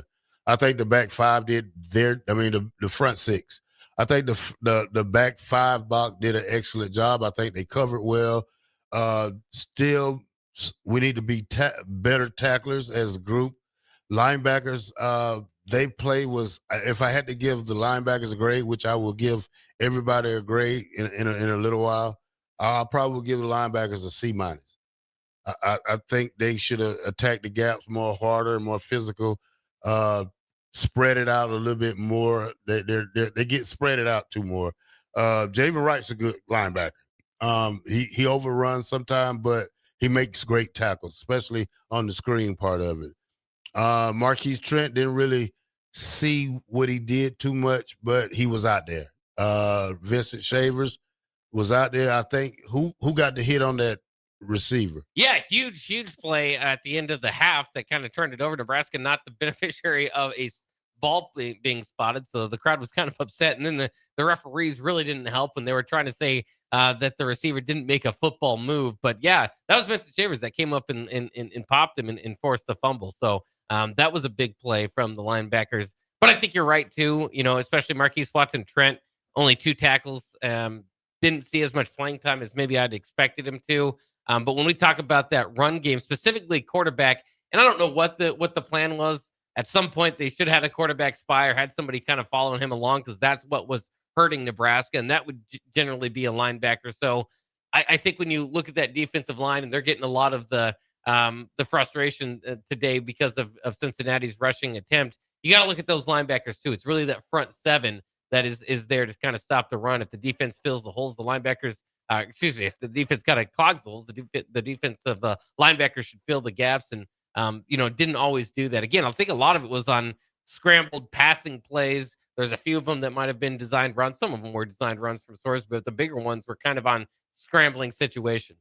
Well, you have to get ready for that because, Michigan has a freshman Bock that runs the ball. He can move. He loves to run the ball, so you have to keep containment on that. I know the guys did a good job of containment, but when you can let the quarterback get up in the middle and wiggle his way for 15, 20 yards, then we have a problem because the linebackers are not getting to him quick enough. The defensive line can only hold up so much, but this is a work in progress. This has to be fixed by week 4 when we play Michigan, or we're going to see a whole totally different ball game when you go against the big boys of the Big Ten. Yeah, it's going to be, like you said, that's the step up in competition. And I think that's what a lot of people are doing, kind of projecting this performance in the future and seeing who they're going to face. We got text on the text line saying, they're going to get pushed around by Big Ten offensive lines. Again, you hope that Nebraska is able to improve on this, to say, hey, things didn't exactly go well here. Again, to my point earlier, it was really about a couple drives that really, kind of tore Nebraska up there in the final in the final fourth quarter there. Obviously the one drive that they did score on, and then the other drive where they were able to move the ball downfield and get in the field goal range before taking that shot at the end zone, which I haven't even asked you that.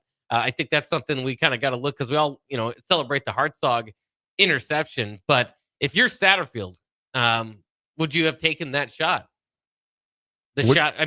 Cincinnati had just gotten into very clear field goal range. I think you try. I don't think it's a bad call. I think it was not a great throw for the quarterback. I said if he puts a lot of more air on it and back to the end zone, that's probably a touchdown. And we will be talking more about how mad we are and how frustrated we are from losing that.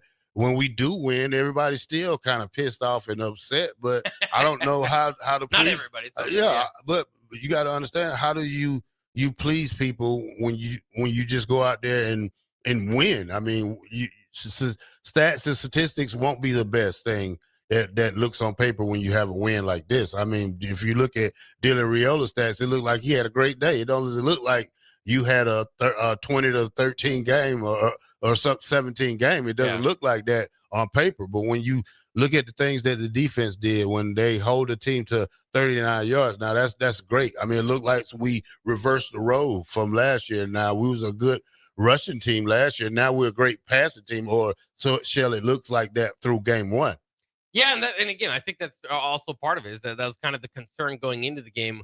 What's Nebraska going to look like without Ty and Nash kind of clogging up the fronts? And this is, the kind of the first sample size that we see of it. So I understand that. And again, I agree with you too. My initial thought with the Satterfield throw was, with the decision to take a shot for the win right once they got in the field goal range, which is probably the only time they're going to do that. There was a lot of coaches would kind of say, all right, let's take one shot and then kind of get into field goal range and get ready for overtime with the amount of time that was left on the clock.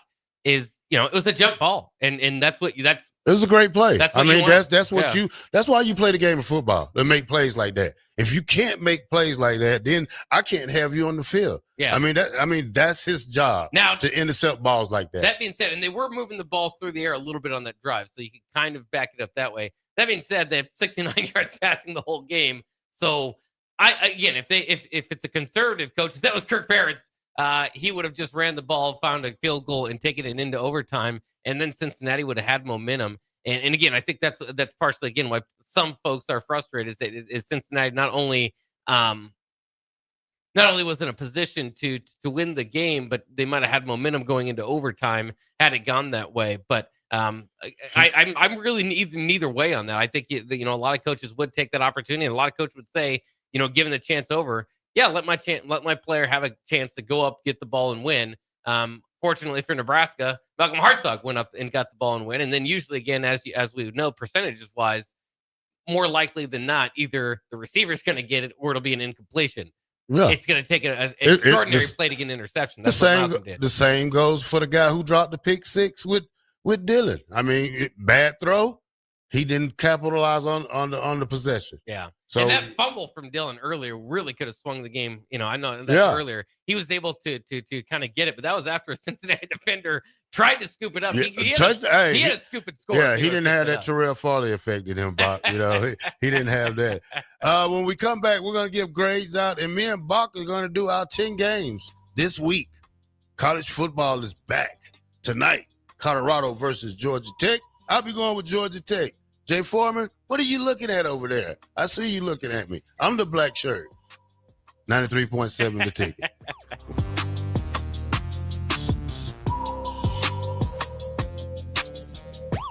From the capital to castles, starting this December, fly nonstop from Lincoln to Orlando with service from Breeze Airways. That's right, nonstop flights to Orlando out of LNK are starting this December. You're now just a flight away from Disney World, Universal Studios, Legoland, and the Space Coast. Stretch out and relax on Breeze with complimentary family seating. Book your magical getaway now at LincolnAirport.com. LNK, make flying easy.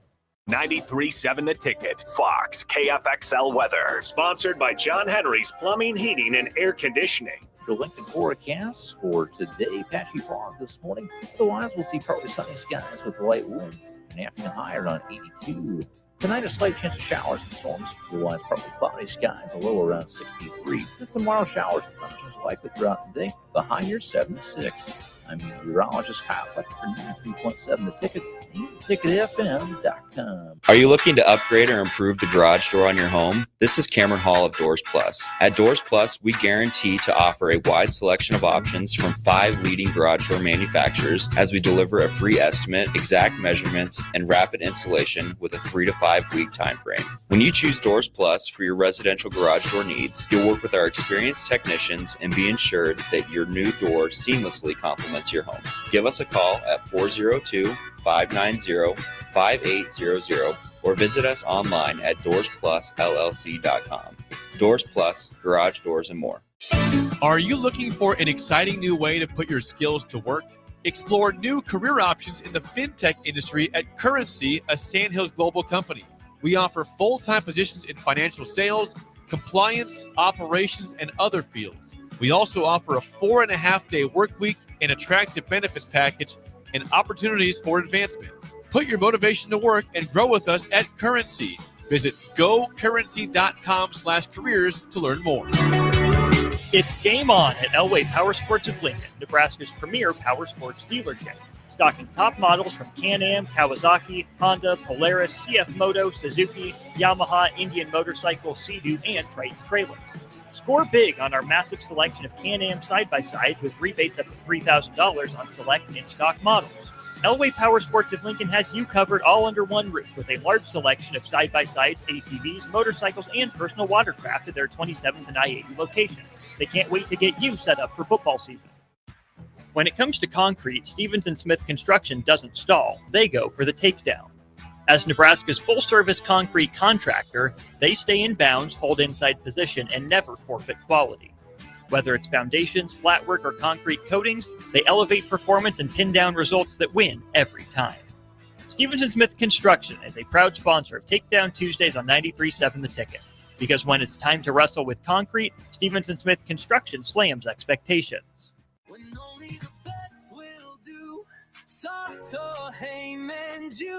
Rick Heyman here from Sartor Heyman Jewelers. I want to personally thank our great customers for voting us once again the best of Lincoln. At the same time, we're celebrating our 120th year in business in the great state of Nebraska. Visit us at South Point, Grand Island, and the Outlet in downtown Lincoln. Visit us today at SartorHeyman.com. Sartor Heyman Jewelers. Nebco is hiring CDL drivers for ready-mixed concrete in Lincoln. With 3 plants across the city, there are plenty of opportunities to start or grow your driving career. They offer great pay, medical and retirement benefits, paid time off, and they cover the cost of CDL training. Apply today and receive a $2,500 hiring bonus. Since 1908, it's the employees that have formed the company's solid foundation. Start your career today with Ready Mixed Concrete. Visit nebcoinc.com. That's NEBCOINC.com. Hey guys, it's Nick. Join Jay Foreman and I this Friday at 7 p.m. as we kick off the high school football season with a Capital City clash between Lincoln Southwest and Lincoln North Star. Lincoln North Star beat the Silverhawks by 1 point in 2024, meaning Lincoln Southwest seeks revenge in week 1 this Friday. It's Lincoln Southwest versus Lincoln North Star this Friday night with kickoff slated for 7 p.m. And you can hear all the action right here on 93.7 The Ticket and theticketfm.com. Since 1983, Fast Mike's Roll-Offs have been a trusted and reliable company in Lincoln and the surrounding areas. Fast Mike's handles all sides of construction projects, home renovations, or big cleanouts. With the perfect size dumpster to fit your needs, Fast Mike's Roll-Offs will haul it all. With same-day delivery in Lincoln, affordable rates, and top-notch service, Fast Mike's Roll-Offs make cleanup quick and easy. Call now at 402-450-6828 or visit us online at fastmikesrolloffs.com. Book your dumpster today. Fast Mike's Roll-Offs, cleanup made simple. Rosie's Sports Bar and Grill, open for lunch and dinner at 1501 Center Park Road, just south of 14th and Highway 2. Are you ready for a new opportunity? Check out Sandhills Global. Join a dynamic team where your skills are valued and your career can soar. We offer full-time positions with a 4.5-day work week, competitive pay, excellent benefits, and a positive work environment. From IT and marketing to sales and finance, we're looking for talented individuals like you. Apply today at sandhills.jobs and take the first step towards an exciting future. That's sandhills.jobs. Don't wait. Apply now. We interrupt this commercial break for an important story. There once was a man from Nebraska who went searching for food in Alaska. When his stomach was rumbling while laying in bed, he could think of only one option, Führer's cheese spread. So he left it once and drove day and night to return back home for cheese spread delight. Now his stomach is full and the voice in his head tells him no more vacations without Führer's cheese spread. Find yours today at most local grocers. You're listening to Bock and the Blackshirt, on air and online at theticketfm.com. Welcome back to 93.7 The Ticket. It's Bock and the Blackshirt here on your 1 to 3 hour. Let's give out some grades, Bock. All right, let's do it. All right, let's go quarterback play. Dylan did pretty good. I think he was on the money. No turnovers as we needed not to do. I could give Dylan an A- on this one, Bob. A-, I like it. 33 of 42, 243 yards, and 2 touchdowns. I would say, again, the offense only got to 20 points, so you could have maybe seen that. Again, I think Cincinnati's defense mostly prevented any big plays, so it was a lot of dink and dunk, and he was really good at that. The one thing I was really encouraged by Dylan was his scrambling ability. Last year, he was kind of a statue quarterback. Well, that one scramble he had, he failed, but he was trying to get out, Bob. Right. I understand, he did fumble. He's a little wobbly. But the point is, just the look of him. Yeah. From last year to this year. Last year, he was a statue quarterback. There was just not much he could do. This year, he's being able to kind of move around the pocket. Made a nice run there. Ended up, the sacks kind of took away from him, but he had a 9-yard run even throughout the game. So I thought that was fantastic. I'd go B+ for Dylan Raiola. All right. Rushing attack, Bach. Besides Emmett Johnson, 25 carries, 110 yards. I didn't see anything else, Bach. Dylan Raiola had 4 for 9. Mose had 2. Makai Nelson had 1 for 0 yards.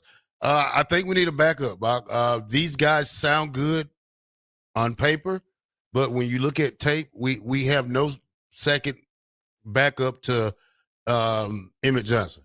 So I'm going to give them probably a B-. Yeah, they need to improve on that overall. Again, shout out to Emmett Johnson with his second career 100-yard rushing game. And my goodness, that guy touched the ball 32 times in this game. So he's kind of big. So you kind of can consider that too in the rushing game. But Nebraska, again, 113 yards rushing. You're going to need more than that. And we talk about consistently kind of moving the ball, and they did that pretty well in some of their, on some of their drives. But then kind of had to go away from the run at other times because it just wasn't providing enough of a spark, to keep those drives rolling. So I thought it was solid, not spectacular. would you say B minus? I think that's probably a pretty favorable grade. All right, Bach, offensive line. They did a great job rushing wise. It's not their fault that we didn't have a guy to come in and push the ball down the field like Emmett that can really hit the hole. Passing, they did held up pretty good till late in the game, and that's when we seen and Carleon he had a lot of pressure and a lot of things he did. If I had to get him a B minus, Bach. Yeah, I think that's a pretty popular grade throughout for this performance. I'd probably go C plus. Again, some of those penalties. Again, only 3 all day, but 2 of them that really hurt. Elijah Pritchett offsides there that kind of pretty much took 4 points off the board for Nebraska, at least as a touchdown opportunity. They had to go for the field goal there. Of course, could have converted after that. You're still only at the 6-yard line. Weren't able to do so. And again, this kind of goes back to the run game. Solid, not spectacular. The passing game, pretty good, but a lot of it was, kind of getting the ball out of Dylan's hands rather quickly. But when they didn't, I thought they did pretty well. Still 3 sacks. So, that's why I think my grade for the offensive line falls into the C's a little bit, but a C plus. Solid work from the guys up front. All right, Bach, let's go defense. Defensive line. Woo. They held theirs pretty much, limit the quarterback to passing yards. But when you look at the rushing attack, they really dominated the running game. So I'm gonna give the defensive line a C minus, Bach. Yeah, I think that's a fair grade. That's probably all will land as well. Again, a lot of it just, those last couple drives really kind of takes away from what was a pretty good performance. Still 17 points per game. That would still be, I believe, under what they've done the last couple of years, hovering around 18 points per game. So the 17 given up wasn't terrible. Just wasn't a whole lot of pressure. There was pressure here and there. And then again, stopping the run was not spectacular. A lot of it from the scrambling quarterback. That's not always on the defensive line. Sometimes they're getting pressure, and that's what's making him, be able to scramble a little bit. I do want to specifically say Williams Nwaneri, I think, had a very good debut. Didn't quite get to the quarterback, but had some hurries, 6 tackles overall. And that's a good sight to see for Nebraska fans, especially, for his upside in future, just as a redshirt freshman. I think already was probably the standout on the defensive line group from game 1. All right, Bach, linebackers. Didn't see anything spectacular like we thought we would see with Vincent Shavers or Marquise Watts Trent. Buddha, right. He made a couple of good plays. Seen Dawson Merritt in there a couple of times. If I had to give these guys, probably a C, Bach. I didn't see what I thought would be a great linebacker group. I thought this was going to be. I mean, I know it's still early. They can only get better. But for right now, they was average to me last night. And average for me is a C plus. Yeah, I don't mind that grade either. I'd probably go with the C for the linebacker unit too. Again, a lot of that they've got to have somebody run out that quarterback when he starts scrambling. And it's tough to tell when you don't know necessarily what the play call is. Whose assignment that would be. You don't always have the quarterback accounted for, but for what he does with it, I mean, game planning you should. And there was just, sometimes it just got lost. That play where he ran up the middle for 29 yards, wide open. I mean, it was. I don't know if that was a coaching error or a play call error, or a guy was out of position or what. But that wasn't ideal. Some plays made, like you said, Javin Wright step up and made some plays there. The Vincent Shavers fumble forced was huge. I mean, that was a big momentum play, allowing Nebraska to score there late and have more comfort going into half with a 10-point lead. So, I'd probably go C plus with them. Yeah, and the other thing, Bob, Cincinnati shot themselves in the foot sometimes. I mean, you got to look at the part when the back came out the backfield. He was wide open. He drops the ball. That probably was going for 30 yards right there, Bach. So you got to look at the things that Cincinnati did to help the defense out also. All right, Bach, defensive backs only gave up 69 yards. Late, I wouldn't call it a late breakdown, a little breakdown, then a makeup. If I had to give them anything, Bach, it'll be a B plus. Not bad. To me, no matter who the opponent is, you hold them under 100 yards, much less under 70 yards passing. I think that's incredible work. And of course, this is the secondary that we thought was going to make kind of be the leader of this defense, and they certainly were. I love Deshaun Singleton kind of in that new rover role, roaming around. Did he miss a tackle here and there? Maybe, but he made up for it, led the team in tackles last night. So he was really good. Sierra Wright deserves a shout out in the fact that didn't really see him too much. He was not attacked throughout the game. So I think that's good. Andrew Marshall made some good open field tackles in his debut. So I think just all around. And then obviously the play of the night, Malcolm Hartzog with the game-winning interception. A-pluses are hard to earn, but the stats say A+ for me. All right, Bock. Special teams. Special teams did a great job, Bock. Punt-wise, no return like we wanted to see. Field goal unit A, punting B+, return game C-. Yeah, it depends. This is graded on a curve compared to last year's special teams. Well, I got to grade you, Bock. You got to get graded. Yeah, no doubt. A career-long field goal. I thought that was great for Kyle Coonan, and could have been good from 55, 56 yards to get that 52-yarder. So that's good. Archie Wilson, I thought, was really good. The returns were kind of, interesting. Didn't really get much out of the return game. Barney, though, willing to take some hits. That was the one thing where, he had to make like 3 or 4 guys miss on each of one of his returns, and that just wasn't going to happen. So, that's something that they maybe either go for the fair catch or get some better blocking on those. So we'll see. But I would say overall, pretty solid. I didn't have a major concern. A- for me. All of them? Yeah, all special teams considered. Now, I guess B+. There was the kick out of bounds that hurt Nebraska. Okay, Bock. Kick off out of bounds. You generous today. I like wins. All right, Bock. Announcers. F. I didn't like him. If you had to listen to the game, I don't know if it was some guy, some hip hop guy, whoever he thought he was. I don't even know the announcer's name, but they wasn't great at all. Well, you're lucky Nebraska's not going to play on ESPN too much. This was the Big 12 game, so that's why they're on ESPN. So if you didn't like their announcers, so be it. I saw there wasn't a whole lot of love for them online. I've yet to watch the TV. Product just got home from KC before the show, so I'm going to go back and watch it. So I can't give a grade on them, but yeah, we'll see. I don't know. All right, Bock. I hope everybody is happy that we won. I know we didn't win like everybody wanted us to win, but hey, guess what? It's just game 1. We got 11 more. 14 if we want to win the national title. 93.7 the ticket. Bock the Blackshirt will be right back with our picks for college football this week.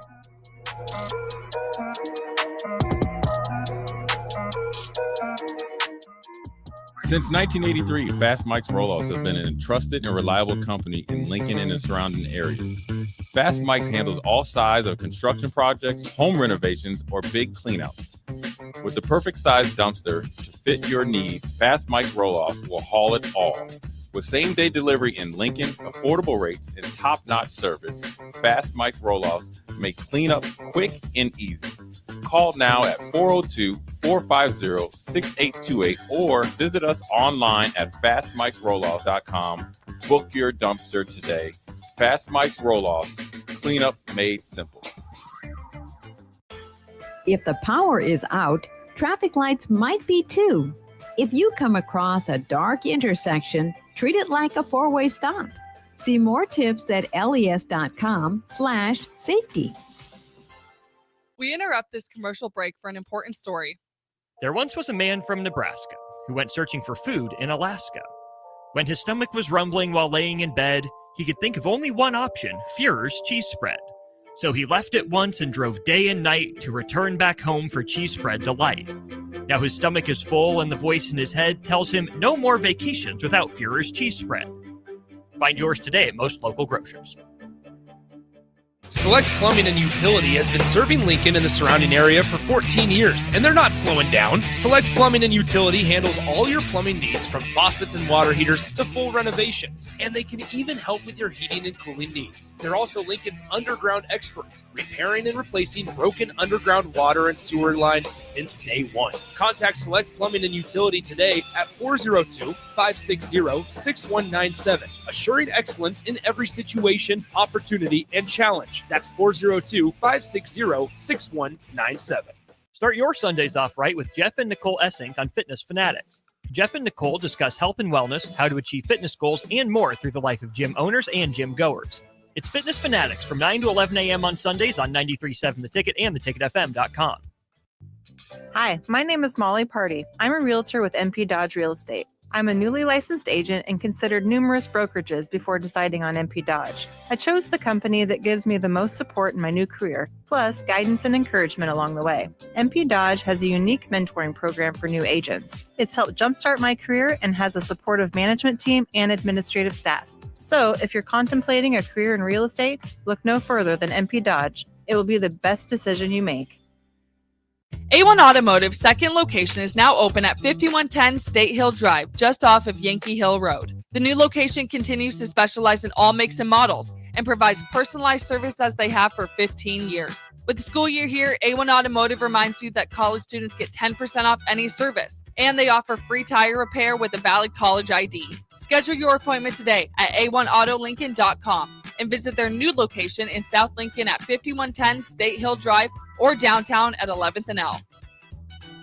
Breaking here at the news desk. When you stack Allo Internet, DirecTV, and mobile, you can lock in your price for 2 years. Sources are confirming that when you stack Allo Internet, DirecTV, and mobile, your monthly price drops and you're locked in for 2 years. That's fiber fast internet, premium streaming TV, and reliable nationwide mobile coverage. And this just in, you must switch by Labor Day to secure that locked-in pricing for 2 years. Switch, stack, and save at allofiber.com/stack. Nebco is hiring CDL drivers for ready-mixed concrete in Lincoln. With 3 plants across the city, there are plenty of opportunities to start or grow your driving career. They offer great pay, medical and retirement benefits, paid time off, and they cover the cost of CDL training. Apply today and receive a $2,500 hiring bonus. Since 1908, it's the employees that have formed the company's solid foundation. Start your career today with ready-mixed concrete. Visit nebcoinc.com. That's nebcoinc.com.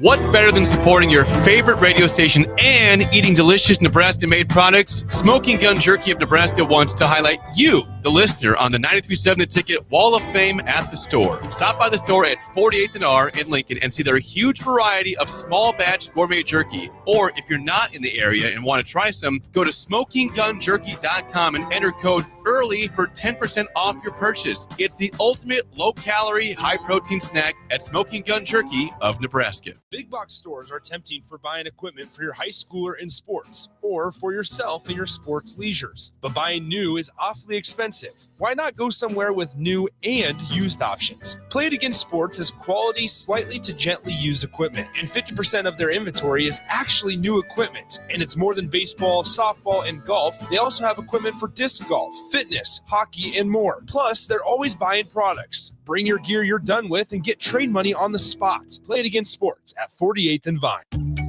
Are you ready for a new opportunity? Check out Sandhills Global. Join a dynamic team where your skills are valued and your career can soar. We offer full-time positions with a 4.5-day work week, competitive pay, excellent benefits, and a positive work environment.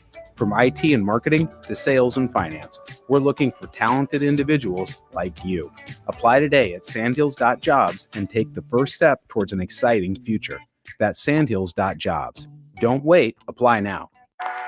You're listening to Bock the Blackshirt on air and online at theticketfm.com. Welcome back to 93.7 The Ticket. Bock in the Black Shirt. Right now, we're finna do the picks, and Bock got a read off. Go ahead, Bock.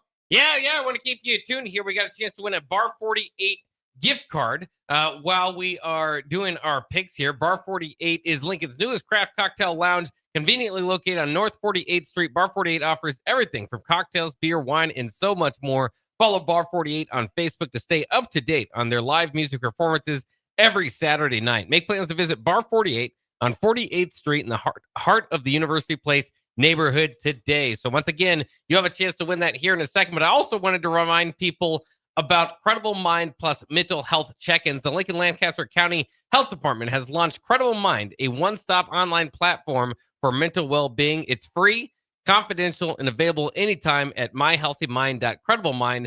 Struggling with your mental health can make everyday life harder. It can increase the risk of substance use as well. Early support makes a difference. That's why Credible Mind offers the free mental health check-in assessment in just minutes. You get personalized feedback, local resources, and practical next steps to help you feel more supported and in control. But it is that time where we do make our picks here as we get into the weekend. A couple Friday games to get us going as well as we get into a loaded weekend of college football in week one. Again, what we do is myself, I make the picks, Terrell makes the picks, and the text line makes the picks. So please pick along with us. First person to text in will represent the text line in these games. And in this specific instance, the first person to text in the winner for this first game will win a gift card to Bar 48. So have your texting fingers ready. And we will start with Auburn at Baylor. Type in Auburn or Baylor with who you think will win. And the first texter will win a 25 gift card to Bar 48. Terrell, we'll throw this one to you. Auburn at Baylor. Auburn favored by 1.5. This game played tonight. Tickets, $50 to get in. Where is it at, Buck? It is at Baylor. Ooh. I'll take Baylor, Buck. You like the Bears? I don't mind that pick. I will go with Baylor as well. Just don't trust Auburn and what they've got going on there. We've got plenty of picks in here. Frick in Lincoln is the first to get it done. He picks Baylor for the text line. And Frick in Lincoln, you are the winner of our Bar 48 gift card here. All right, let's get to our next game here on a Friday night. Georgia Tech at Colorado going to play in Boulder. Georgia Tech favored by 3.5, $165 to see this third season of Deion Sanders get underway. The Rambling Wreck. Georgia Tech, Buck. There you go. I like that pick too. Interested to see what Colorado does, but I like Georgia Tech and where they're at. Text line, let us know, Georgia Tech or Colorado. Georgia Tech, the first text in there from Tater representing the text line on that pick. Let's jump into our Saturday games here. Start, we're at the top, Texas. Number 1, Texas, at number 3, Ohio State. Buckeyes, defending champions, favored by 1.5, $264 to get in. All right, Buck. 200 and what? $264. First game, that is crazy, Buck, and I'm crazy for taking this pick, but I'll go with the Ohio State. Hey, there you go. I thought you were leaning Texas the whole way. The text line does pick the Longhorns here as 9079, the first one to get that in. I'm going to go with the Buckeyes too. Big Ten pride there, and I think like you were saying earlier, Jeremiah Smith might be the best player in college football. Let's jump to a Sunday contest now. Notre Dame at Miami. Notre Dame favored by 2.5. They're ranked number 6 against the number 10 Hurricanes. $203 to get into this game. Who is it now? Notre Dame at Miami. Whew. Troy and Lincoln picks Notre Dame. I'm going to go with the Hurricanes, Buck. I think it's going to upset. Oh, yeah. Carson Beck, you're a Bulldog fan, so I figured that might be the case. I'm going to go with the Irish here. I love Jeremiah Love in that running game. All right, let's get to some more action here. Syracuse at Tennessee. Volunteers favored by 13.5, $65 to get into this matchup. It will be in Atlanta. Well, Buck. Here's what it comes down to, Buck.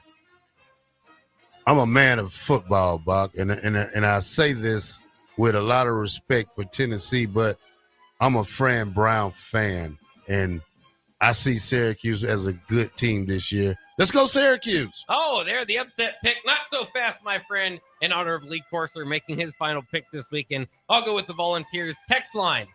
They actually go with the Volunteers as well. Troy and Lincoln representing on the text line there. Let's go with Alabama at Florida State. Crimson Tide, number 8, favored by 14.5 going into this game, $183. All get us out of the gate going. 2.5 quarters of interesting football, but the Crimson Tide run away with it.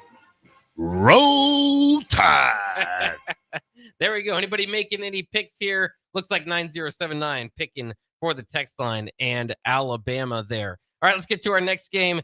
In fact, the most expensive game of the week is not number 1 versus number 3. It's the battle for Death Valley. LSU and Clemson. Clemson favored by 4.5 at home here. Number 9, LSU. Number 4, Clemson. Who wins the Death Valley argument? Well, you know I don't like LSU quarterbacks, so I'm going with the Tigers of Clemson.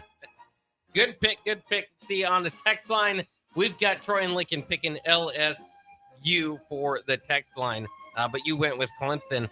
I as well think Clemson deserves to be the favorite here. Don't trust LSU. They've dropped their last 5 openers, so this one I'm going to go with Clemson as well. Let's jump into a former Pac-12 battle. UCLA now in the Big Ten. They're hosting Utah. The Utes favored by 6.5, but Nico Iamaleava in his debut for UCLA looking to make the difference there. Just $30 to get into the Rose Bowl this year. Oh, that's not bad, but you know what? I'll take Utah for the victory. You like Utah. Okay.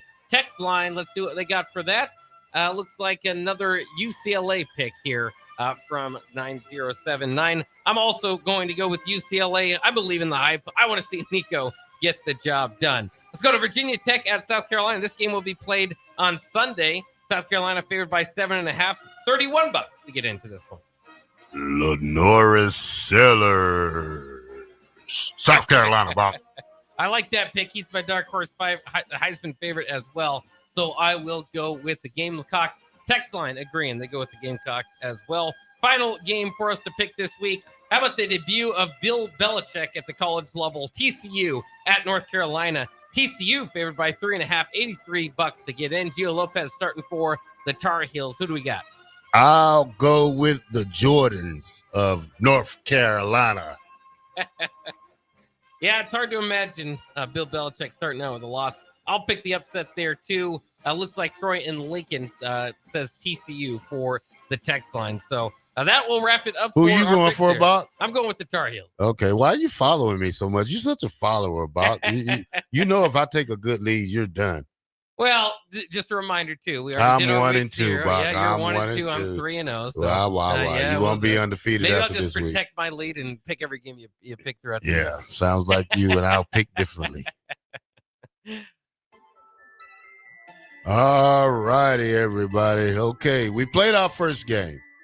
Go home, relax, have a beer. Think about it. It's not so bad. We won. Have a good Friday. Watch some more football. Let's come back next week and beat the brakes off Akron. That's it for me. 93.7 The Ticket. Bock The Blackshirt. We're out.